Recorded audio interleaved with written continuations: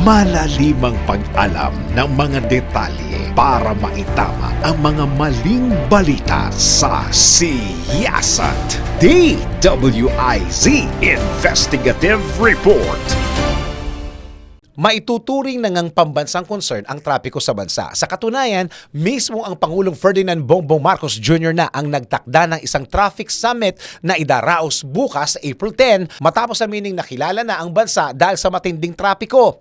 Tatalakayin sa tinaguriang bagong Pilipinas Town Hall Meeting on Traffic Concerns ang mga posibleng solusyon sa problema ng bansa sa trapiko. Binigyan din ni PBBM na kailangan magkaroon ng agarang lunas ang problema sa trapiko habang isinasagawa ang mga long-term solutions tulad ng mga infrastruktura. Pabor naman sa Traffic Summit si dating MMDA General Manager at DOTR Undersecretary Tomas Tim Orbos na isaan niyang malaking hakbangin bagamat para sa kanya ay hindi lamang infrastruktura ang dapat tutukan para maayos ang daloy ng trapiko sa bansa. Nakakagalak naman na ito ay isang national concern na mismo ang Pangulo ang tumitingin dito sa nangyayari. Kaya yan pa lang malaking bagay na kung bibigyan ng national government yung attention niya, lalo na ang presidente. Alam po natin na may pupuntahan yan. Tapos meron dalawang bagay na tingin ko makakatulong ngayon na wala po nung panahon ko. Isa po yung decision po na Supreme Court na binigay po sa MMDA, yung otoridad talaga na para ayusin yung mga traffic violations po dito na siya yung may authority talaga. Yung isa, yung kasama ho dyan, yung tinatawag na single ticketing system na talagang iisa na lang talaga ang violation mo sa lahat. Hindi ho tulad ng dati na pwede kang mahuli dito sa Makati, tumawid ka lang sa Taguig, huhulihin ka na naman para sa same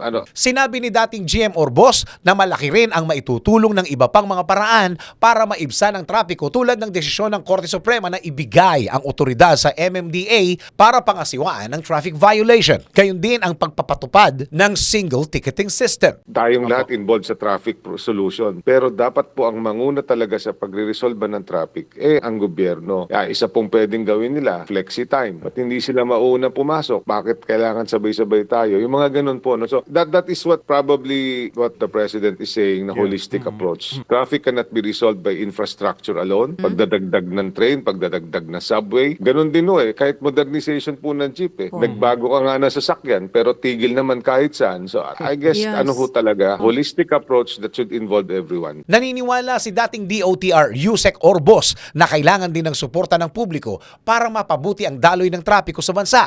Bagamat kailangang pangunahan ng gobyerno ang mga hakbangin kontra matinding trapiko. Suportado ng siyasat ang Traffic Summit lalo na't malaki na ang epekto nito sa buhay ng mga Pilipino na buryong na sa problema ng trapiko. Hangad ng siyasat ang tagumpay ng nasabing Traffic Summit at tiwalang magiging epektibo ang anumang ikakasang hakbangin para solusyonan ang ikangay perennial problem ng trapiko. Sa ngalan ng Siyasat Team, ako si Dennis Antenor Jr., nagbabalita ng tama, naglilingkod ng tama.